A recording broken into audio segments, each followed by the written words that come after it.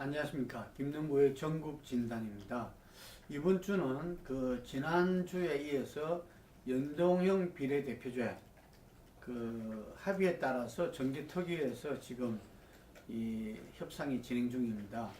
그 부분하고 이 자유한국당에서 김병준 비대위 7월 출범 이후에 5개월 만에 인적 쇄신을 발표했습니다. 거기에 대해서 이야기를 나누고자 합니다. 먼저 연동형 비례대표제에 대한 어떤 선거구제 합의가 5당 대표들이 선거제도 개편과 관련해서 합의문을 발표했습니다. 그런데 합의문 발표하고 하루도 지나지 않아서 거대 양당인 더불어민주당과 자유한국당에서는 다른 목소리가 나왔습니다. 자유한국당은 연동형 비례대표제를 선거구제 개편을 합의한 바 없다 라는 것이고, 그리고 더불어민주당도 의원 정수 확대는 국민 여론상 어렵지 않느냐 이런 이야기를 했습니다. 과연 이게 어떻게 된 일일까요?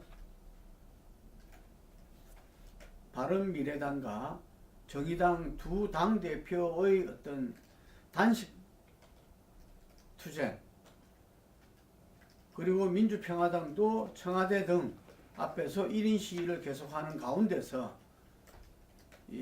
특히 손학규 대표가 고령인데다가 혈압이나 심장비대나 여러 가지 안 좋다는 것이 이제 단식 10일째가 넘어갔나요? 굉장히 급박한 상황에서 이루어졌던 합의였습니다. 어쨌든 공이 5당 원내대표가 합의문이 하루가 지나지 않아서부터 문제 제기되더만은 급기야는 그 합의문 자체를 갖다가 부정하는 이야기들이 나오기 시작했습니다. 역시 그것은 합의문 자체 그 문제가 도사리고 있었습니다.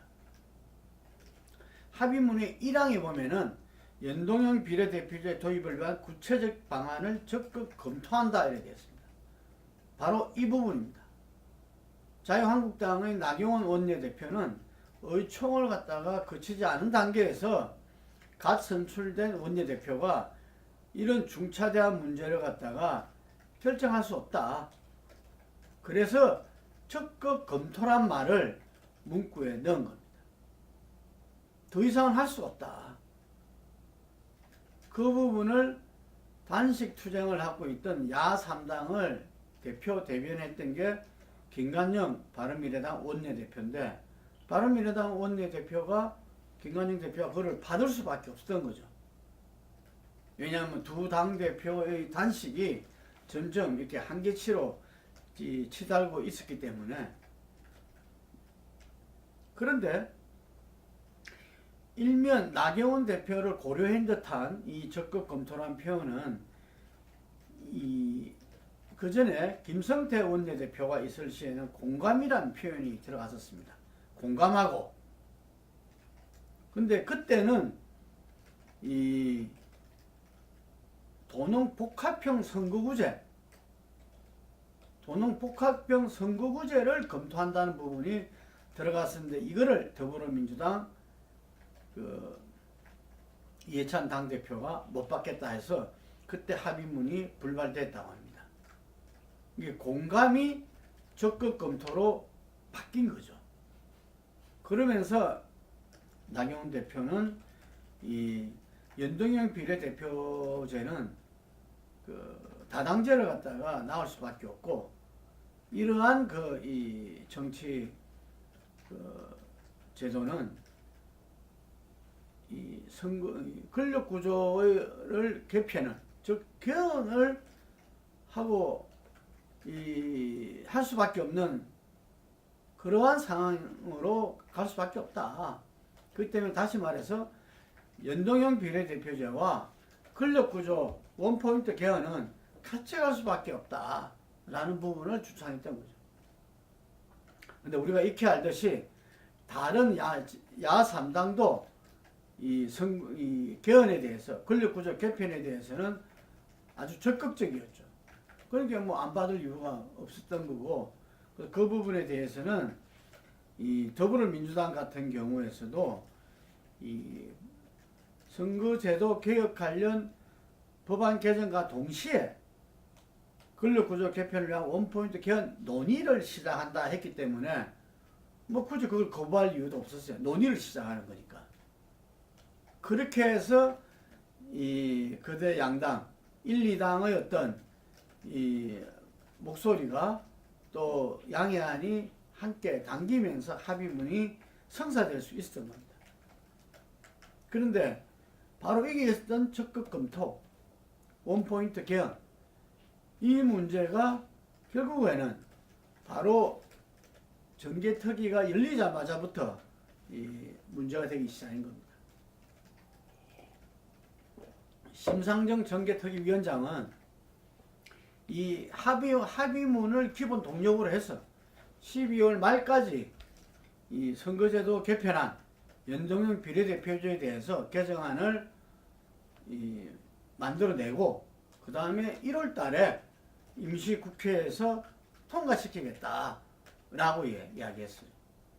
그랬더만 당장에 더불어민주당 정개특위 간사인 김종민 의원은 그거는 상김시대 비민주적 발상이다. 이렇게 지금 이견도 많고 한데 그걸 갖다가 연말까지 얼마 남지도 않은데 어떻게 그거를 이 개정안을 완성한다는 말이냐. 굉장히 맞는 말 같아요. 그것도. 그런데 지금 우리 김종민 의원이나 더불어민주당이 아셔야 될 것은 이 연동형 비례대표자가 현 더불어민주당으로 보자면은 민주당의 수군 사업이 있습니다. 오래된 정치개혁 사안이었어요. 근데 그거를 지금 이 정권을 잡았다고 여당이 됐다고 지금 이 대통령 지지율이나 당 지지율이 압도한다고 저는 그거는 아니라고 봅니다.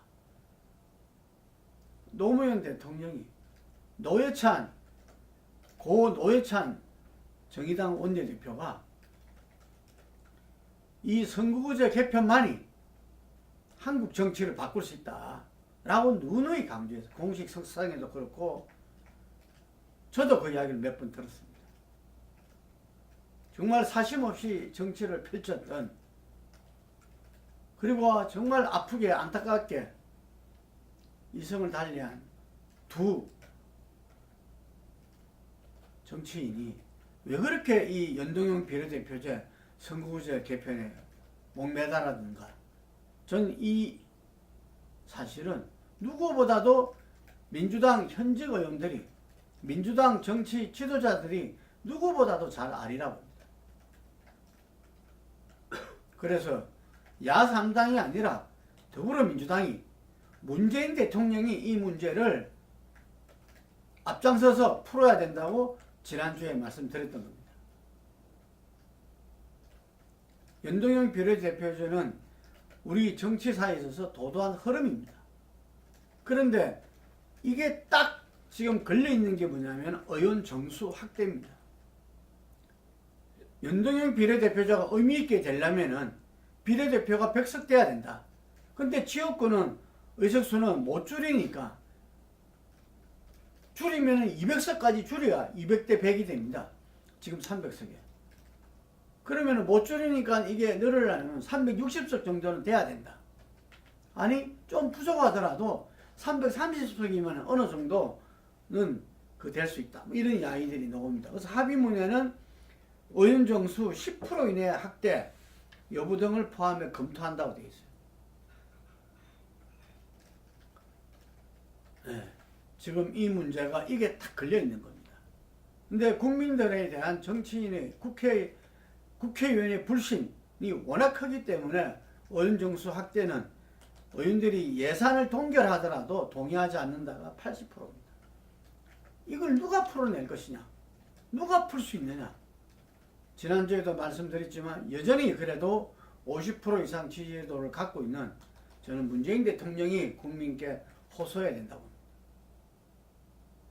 지금 우리가 이 국회의원 1인당 대표하는 사람이 17만 명 정도 된다고 합니다. OECD 평균이 10만 명, 9만 명 정도라 그러죠. 그리고 우리가 470조의 예산을 갖다가 다룬다는 것을 생각해 볼 때 의원 정수의 확대가 결코 국민들한테 우리 국가 발전에 마이너스가 되지 않을 겁니다.